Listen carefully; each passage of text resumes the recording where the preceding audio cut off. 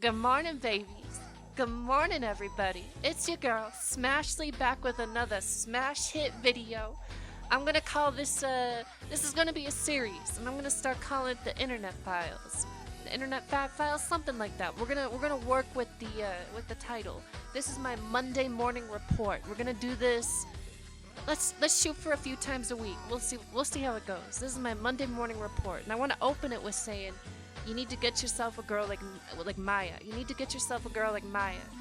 Maya is such a cutie. 1990, what is this? 97, 98, 99, something like that. It's when the Rugrats movie came out. I think it was 99. You need to get yourself a girl like Maya. Like, where do you think Nico Robin got a look from? I'm not saying get yourself a girl like Nico Robin, because Nico Robin don't exist. But that look though, that face, and the music, it just makes you kind of want to dance. It just makes your head bob. It makes you smile. And that's how you know a song is good, when you're smiling, when you just feel uplifted, like you can't help but tap your foot. You're moving your knee around. That's what good music is. So, the first order of business I'd like to discuss is an article from Screen Rant. Screen Rant is a garbage news publication.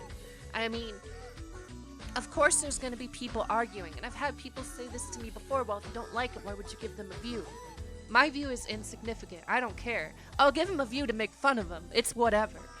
It's if this is a publication that makes continual fodder for me to make fun of, by all means, I'm more than happy to give them a view to do so.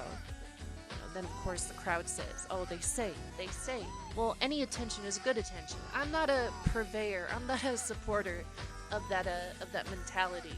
If a company or even some individual wants to continually put out bad content, I'm a-okay with that.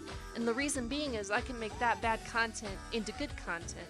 It's kind of like why people watch public freakout videos, or they watch people doing stupid things. It's addicting. It's funny to laugh at stupid shit. And so that's what we're gonna do with this article. Look it, Smash Bros, Super Smash Brothers is officially canon in the MCU. Somebody thought, they saw this in the film and thought, oh my god, this is noteworthy. This is something that is amazing. This is something that should be reported on. The first episode of Miss Marvel on Disney Plus has confirmed the Super Smash Bros. Video game series exists in the Marvel Cinematic Universe. I really have to think about it. Like, who really gives a shit about this? I mean, it's like, it's like somebody getting hyped that I don't know, their favorite pop singer exists in this world. There's probably a really good fucking chance they do. Video games fucking exist in this shit. Like, wow, you think Nintendo fucking paid them? No. Do you think that they paid Nintendo to use that shit? Probably. This is what constitutes as gaming news, gaming journalism. The fact that Marvel characters play fucking Super Smash Brothers. I could not give a rat's ass about fucking Marvel characters playing Super Smash Brothers, but Scott Baird, oh my god, he thought this was the fucking highlight of he thought this was the highlight of his career. Way to go, Scott Baird. Bard? I don't even know how to Baird. Scott Baird. Amazing. Yeah, he definitely looks like someone that would be crafting these sort of articles. When I read an article like this, I can't help but think of just what a non-piece of news it is. It's like watching the new Spider-Man movie, right? And it's like, oh my god, did you see the grass is green over there? And you can kind of see a McDonald's in the back there. McDonald's confirmed! McDonald's motherfucking confirmed for fucking MCU, baby! I cannot believe this! I'm gonna go buy a Big Mac right now! How many people do you think are like, oh my god, I gotta go play fucking Smash Brothers right now? Oh, I gotta play as Mario. Oh, King K. Rool. I see Mega Man there. I'm playing as Mega Man, Mom. I'm playing as fucking Mega Man. Holy shit. Oh my god. That's the impression I get from this. Like some 7-year-old, is gonna come across this and do that. No, it's gonna be some fucking 45-year-old man that does this shit. That's the target demographic of what this is. This is Scott Baird catering to people like Scott Baird. That's all I can really say about this. Next up is a CBR article. What is the difference between Screen Rant and CBR? I don't really know. It has kind of the same vibe to it, you know. It's just really shitty. The difference is only in the logo. That's pretty much it. It's the same shitty content. In fact, what this reminds me of is just some asshole on Reddit's fucking opinions. That's all it is. Like, there's no substance to this. Let's really dig into the top 10 worst trends of 90s anime ranked. The 1990s were a very different time for anime. That I can agree with. That I can totally agree with. You're not far off base there. But let's see how far from grace this motherfucker's gonna fall. Because I bet you John Widow, I don't even know how to say this fucker. I don't even know how to say his last name. John W. Let's see how far he falls. John White. Because he sounds like a white boy. In Japan, Dragon Ball actually came out in the 80s. No shit, no fucking way. Dragon Ball came out in the 80s. What journalistic integrity. I cannot believe. I have just been so informed. This article, this CBR article. Alright, I might be nitpicking a bit, but come on. I don't know who the fuck would read this shit that doesn't know Dragon Ball came out in the 80s. Really. It tends to be lumped in with the anime boom of the 90s in the West. Well, hold up. There's a very good reason for that, and the reason being is that Dragon Ball Z mostly was produced in the 90s. The Dragon Ball Z anime started in 1989, and it ended in what, 95? Let's see when it ended. January 31st, 1996. So, for the bulk of Dragon Ball Z's tenure on Japanese televisions, it was produced and aired in the 90s. It broadcasted in the fucking 90s.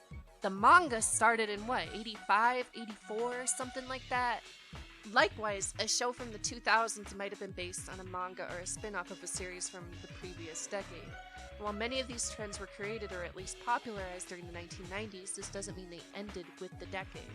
I also got a comment on the fact that Dragon Ball Z aired in the 90s in the West. So you had something produced in Japan initially in the 90s come to America and other Western countries in the 90s. I don't see the fucking problem with that, because the manga started in the 80s, and then the Dragon Ball Z anime started in 1989, but apparently because the earlier Dragon Ball anime and its manga took place in the 80s, there's a pretty big tonal shift into it being a space opera, among other things, and it's just, let's get right into it. Let's dig in on this article. There are a lot of attempts to cash in on Sailor Moon. Now, of course, while Sailor Moon was hugely influential during its time, and I'm a big Sailor Moon fan, you know, I understand that there's a lot of series that tried to be similar, you know, but it's not the first. It's not the first magical girl anime. And it actually borrows a lot of tropes from other anime. You know, there's fucking Cutie Honey. There's Majoko Megu-chan. There's... The list goes on. There's Creamy Mommy. You know, there's... What's the one where the girl gets hit by the truck? The fucking Mimi Moko? Whatever? Magical girl anime aren't new. I think at some point, it's just a ridiculous point to make that something popular in a genre that already existed that had a lot of things like it inspired more things like it. You know what I mean? Like, how is that a bad trend? How is expanding the magical girl genre a bad thing? That doesn't make any sense. That's where this article already starts to fail. Psychological themes became a prerequisite in anime. Who cares? Why is that a bad thing? Why are thriller anime bad? That doesn't make any sense. I genuinely don't understand how basically what amounts to thrillers in anime is a bad thing. This just seems like this is my preference. And I don't like this form of storytelling. So how dare a lot of anime end up taking influence from that genre? Basically what number 9 is. Number 9 is, I don't like this genre. That's really all it is. In fact, number 10 could be classified in that way too.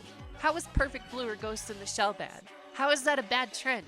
Now, Revolutionary Girl Utena, I can understand that. That's a very flawed series, and I'll make a whole video on that at some point, but this is ridiculous. There were way too many stories with robot girlfriends. Alright, yeah, that isn't a great trend. Anime couldn't get enough of tournament arcs.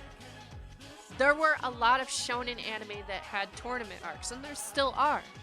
I don't see that as necessarily a bad thing. It's a formula that works. Everybody enjoys a good tournament, I think. Monster collecting series were everywhere. This is true. Some of them are good, some of them are bad. What can I say? I mean, you know, it's like Pokemon Monster Rancher, Digimon. I don't give a fuck about the Digimon franchise. Fuck Digimon. I liked it when I was like, when it was fucking new, probably back in what, 97? That shit was new. I was watching it, and I'd have to go home. I'd have to be at my mom's friend's house, her old lady house, which was very pleasant, very comfortable. I wonder how that house is doing. But you know, I'd be like, I gotta watch Digimon. We turn on Digimon and watch, and be like, oh, it's a repeat. It's one with those black buzzsaws that went after. They went after Tai, and I don't even remember. I don't fucking care about Digimon anymore. But Yu-Gi-Oh! Is a great series. It's, I think, run its course, so is Pokemon, but people love the fucking games. Whatever. I don't think this is necessarily a bad thing. You know, it could be something that is fine-tuned to be a great series, or it could be something that isn't. You know, it's just kind of like the others. This is basically, I don't like this type of anime. It's not necessarily a bad trend per se. It doesn't lead to bad writing. It doesn't lead to anything objectively bad. This is just some guy going, I don't like this. Why the fuck should we care what Johnny Boy thinks? That's what I want to know. There were a lot of cop shows. First of all, You're Under Arrest is a fantastic series. I have 2 volumes of the manga sitting on my desk right now. Second of all, this is just following a wider trend of the cop genre. It's been big since what, the 70s? I mean, come on. Just because anime decided to really hop on in the late 80s and early 90s, that somehow makes it a bad trend? Give me a break. Number 3, there were quite a few futuristic versions of the decade. That's always been true. That's been a trend in like everything since what, the 40s? Before that, the 30s? Give me a break. And it's not unique to anime. This is not unique to anime. This is something that anime has been doing since at least the 1960s. The 50s even. That's basically what sci-fi touches on all the time. It has, you know, since the times of what? Flash Gordon? Give me a break. Don't even try me with number 3. Number 3 is perhaps the dumbest one on this list thus far.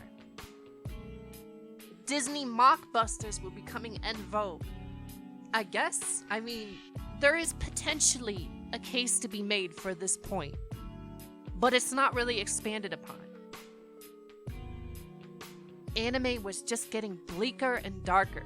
What journalistic integrity. What an amazing way to categorize. Just because something is bleaker and darker doesn't mean it's bad.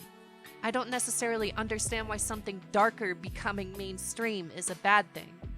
And he even mentions that Sailor Moon had a lot of dark parts to it, even though the Sailor Senshi are revived by the end of season 1, so it's kind of pointless to even bring that up in the sense that he did. But this just seems like these are my personal preferences. I'm going to market them as objective. I'm going to say that these are bad trends because I feel that way.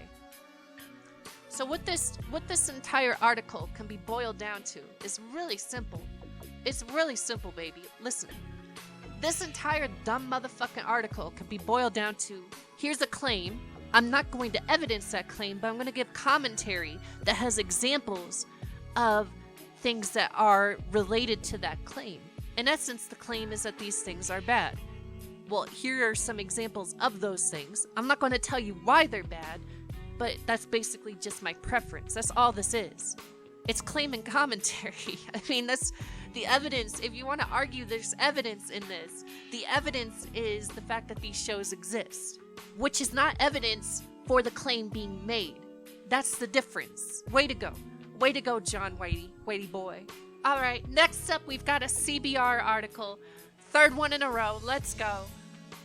Did you really think the greatest One Piece YouTuber of all time would do a YouTube video, a news report without One Piece. Give me a break. Whoever the doubters are, please exit yourself from the channel, please, because this is a segment of a video for the believers, baby. Now, reading the title, a true One Piece fan will immediately notice a fatal flaw. And that flaw is the fact that Don Krieg would not lose to anybody. 5 characters Don Krieg could defeat. Of course he could defeat him, but 5 he'd lose to? Oh, we've got to check this out. There's no fucking way. Polly ain't doing shit. He is inferior by comparison. There is no comparison to make. Would lose to Crocodile. Croc is not touching the Kriegster. Krieg is going to take out Croc in the next arc. I'm telling you that. That's a spoiler. Sorry, but it's gonna happen to anybody that's been reading. Anybody that's been reading, you're gonna be spoiled like that because you can see it coming. You're spoiling yourself by reading, basically. Absalom? Oh my god, Absalom? Who gives a fuck about this character? Zoro's gonna pull his Haramaki down and start crying. He's gonna be like, Krieg, no, don't hurt me. That's what's gonna happen to fucking Zoro. Satori, who gives a fuck about this piece of shit? This roly-poly-oly motherfucker. He ain't even relevant. Kaku? He lose to Kaku? No, this ain't even worth dignifying. This is complete bullshit. Miss Valentine, of all people. Oars? He would not lose to Oars. Oars ain't shit. You know what Don Krieg would do to Oars? He'd grab him by his long ass hair and he'd throw him like Bowser. He'd do the Mario Bowser thought. He'd be like, goodbye, gay Oars, and he'd throw him into the fucking ocean. That's what would happen. Don Krieg doesn't play around. He might be a little bit homophobic. That is a problem that Oda needs to address. We do not tolerate that on this channel. Arlong. Why would Arlong be fighting his own... This doesn't even make sense. Why would Arlong be fighting his own crew member? Arlong deeply respects Don Krieg. There's no reason for them to be fighting.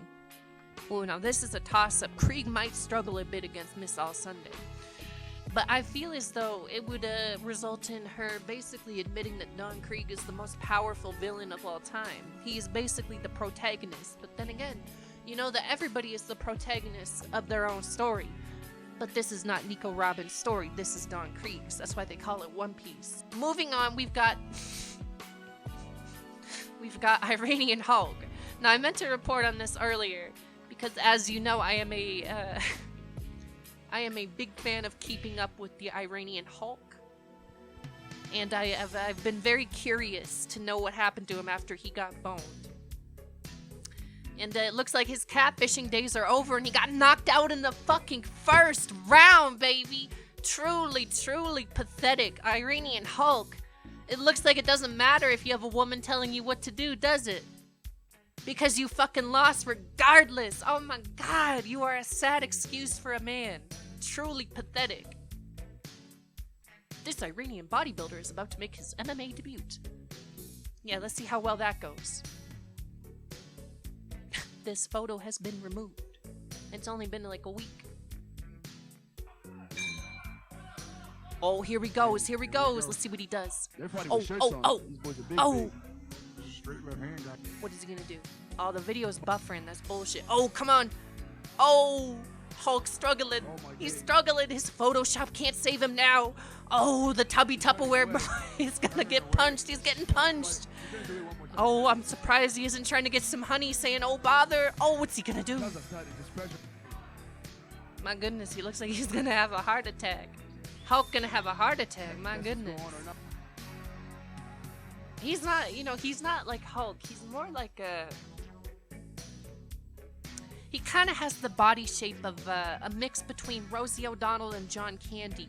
It's not what I would call apt for boxing. It's definitely something that maybe you'd see more at the county fair doing some hot dog eating contests, or maybe walking around with your family with a shirt that doesn't fit you and stains, and your wife's kind of embarrassed and she walks away, makes you take care of the children, and she goes off to talk to the other guys, at the booth that are maybe a bit more in shape.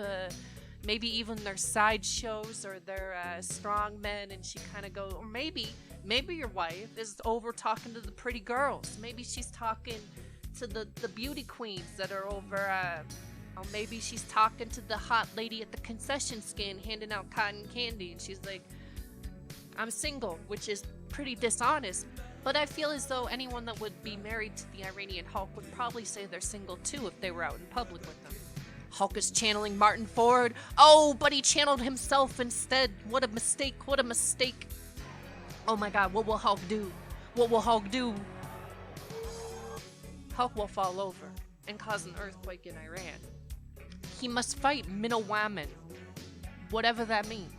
He photoshopped himself into a dangerous situation. Alright, next up we've got a very typical Reddit post. Let's analyze. Let's analyze what it's like to be a Redditor. Okay?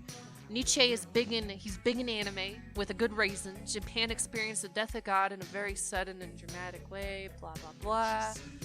It remains to be seen. Japan continues to be one of the world's largest economies.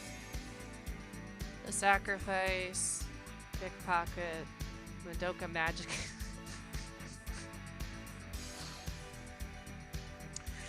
Madoka Magica, Ubermensch, master versus slave morality, will to power, and most central of themes, eternal recurrence. For more, refer to this brilliant post.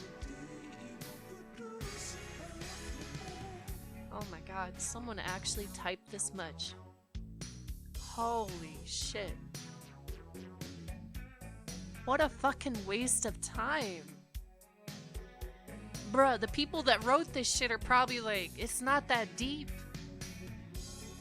Oh my god, this reminds me of? It reminds me of all those fucking, when bronies blew up, when My Little Pony blew up with all those neckbeard perverts, and they started coming up with all these asinine justifications for why My Little Pony is actually super deep. It's the same shit.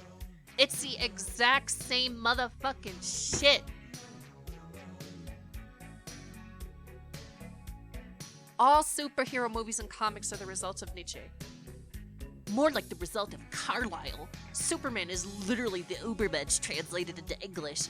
The Superman or superperson among ordinary not-so-super persons definitely was an idea strongly influenced by Carlyle. Blech. I am outlining their influence. I am quite confident the creator of the first issue of Superman had absolutely no idea who Carlyle was. As a character, Superman is very close to Carlyle's great heroes. I highly doubt it. The first superhero, oh my god. Rick and Morty, yo, straight up. Rick and Morty exemplifies the antithesis of Nietzsche from what I've seen. I think it really depends on how you interpret the characters. Rick is very much a hedonistic nihilist and does whatever he wants because blah, blah, blah, blah. Neither of that is Nietzsche, as they don't find a self-driven purpose for their lives. You know, if Nietzsche's sister, Elizabeth, has taught me anything, it's that you can repurpose this man's motherfucking philosophy to mean whatever the fuck you want. It doesn't even matter. I've already done it myself on Omegle. I am but a humble lesbian, currently attempting to achieve Uber-Waltingen Scheuheit status on my journey to becoming Das Vulcanweib. Bruh, I could pretend that actually, given Nietzsche's will to power, I am completely justified in turning a pseudo-British accent into pseudo-German.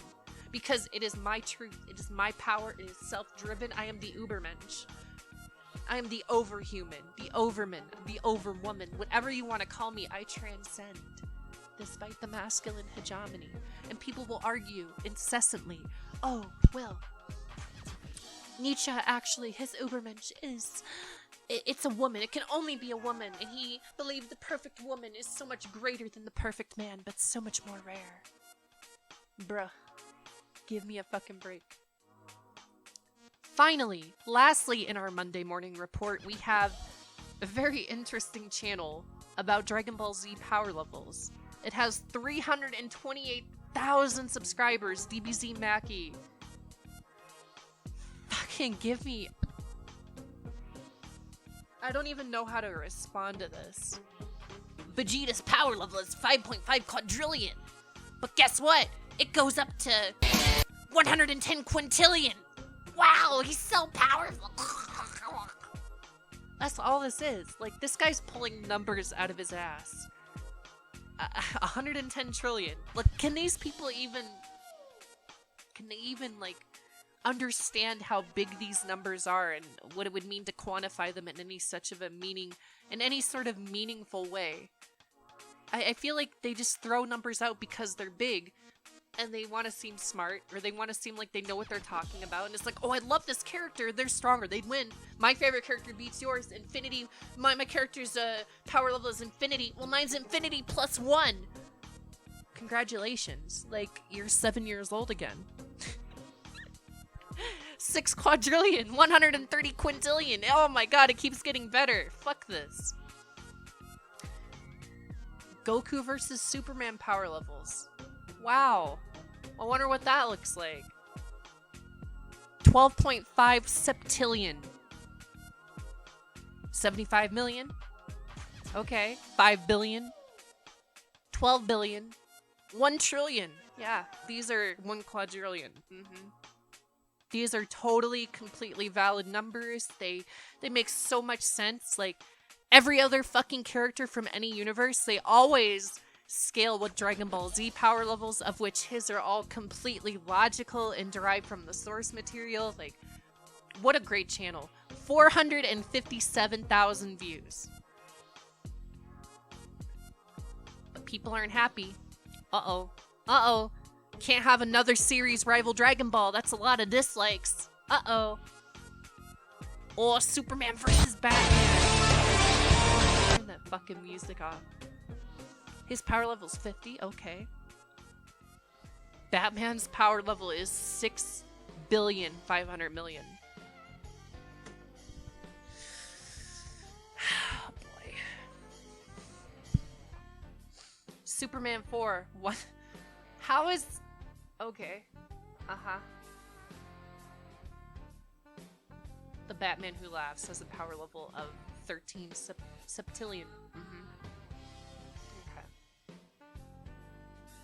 I almost feel like addressing this channel is too easy.